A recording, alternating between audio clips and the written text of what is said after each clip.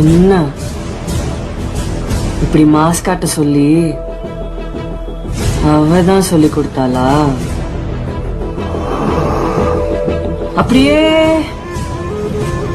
வழி நடத்துறா போல இருக்கு. சரி, அப்படியே இருக்கட்டும். என்ன அதான் கேக்குறேன். இவ்ளோ சொல்றவன் எங்களுக்குள்ள அது இருக்குன்னு பச்சையா சொல்ல வேண்டியதானே மிஸ்டர் குமரன்?